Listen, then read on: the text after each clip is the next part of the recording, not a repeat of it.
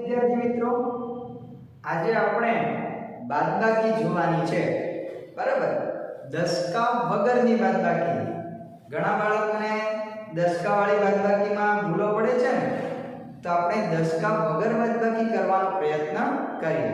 બરાબર, ખૂબ જ સહેલી રીતે આપણે બાદબાકી શીખીએ. ચલો, તો આપણી પાસે એક ઉદાહરણ છે, જેમ કે 12 - 5 અથવા 12 - 5. બરાબર, ઉપર 2 અંક, નીચે 1 અંક.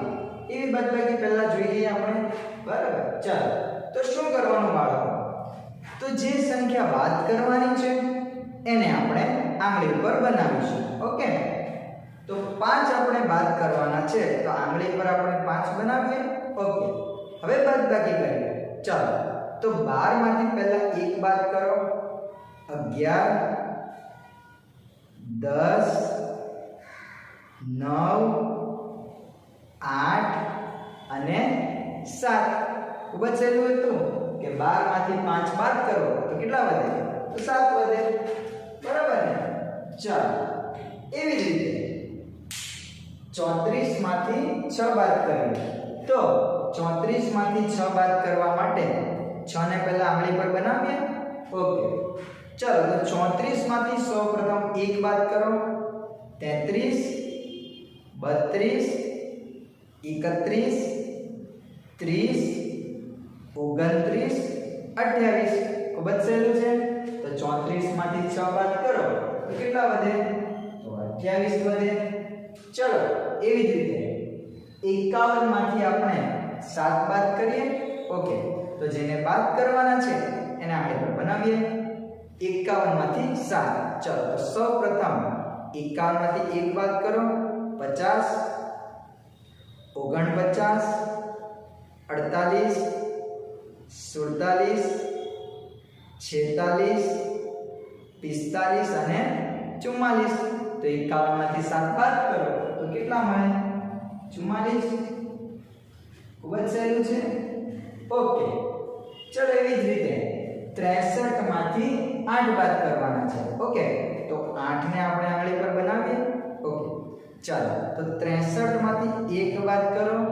62 61 60 59 58 57 56 55.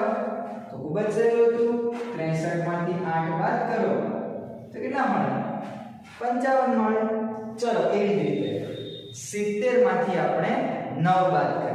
ઓકે, ચલો, તો આ 9 થયા. 70 માંથી આપણે 9 બાદ કરીએ. ચલો, 70 માંથી 1 બાદ કરો. 69 68 67 66 65 64 63 62 અને 61. ખૂબ જ સહેલું. 70 માંથી 9 બાદ કરો તો કેટલા વધે? 61.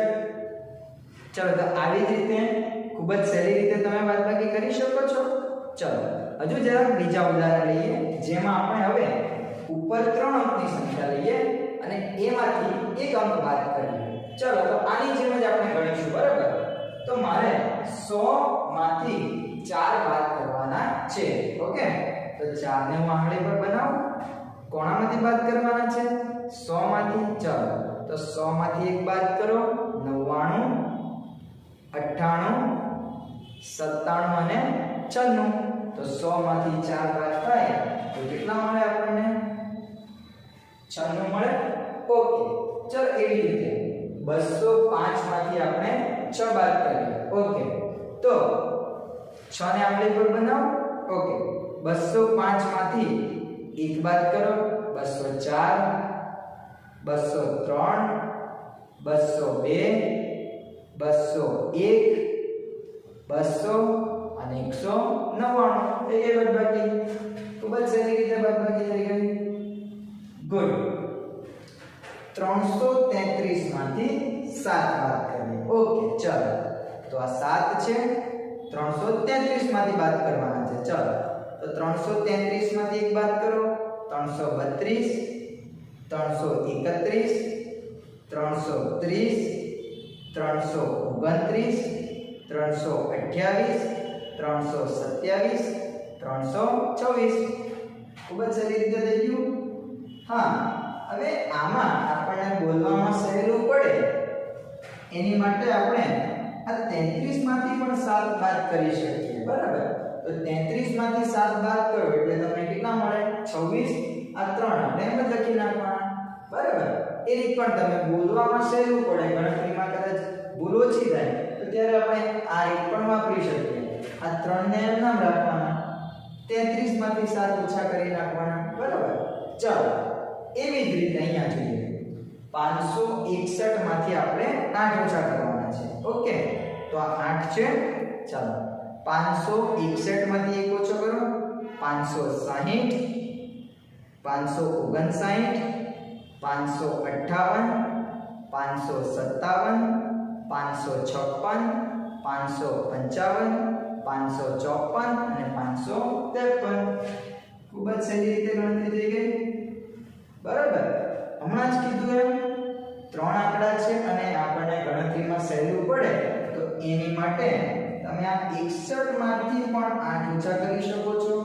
તો 61 માંથી 8 ઓછા કરો તો કેટલા વધે? 53 ને ઉપરથી 5 આપણે એમ નામ રાખશું.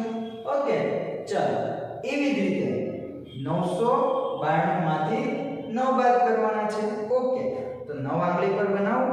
ચાલો 992 માંથી 1 બાદ કરો તો 991, 990, 989, 988, 987, 986, 985, 984 ને 983.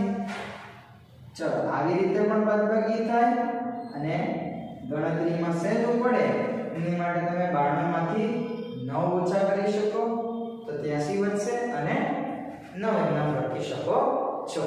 તો આશા રાખું છું બાળકો તમને આમાં સમજ પડી હશે.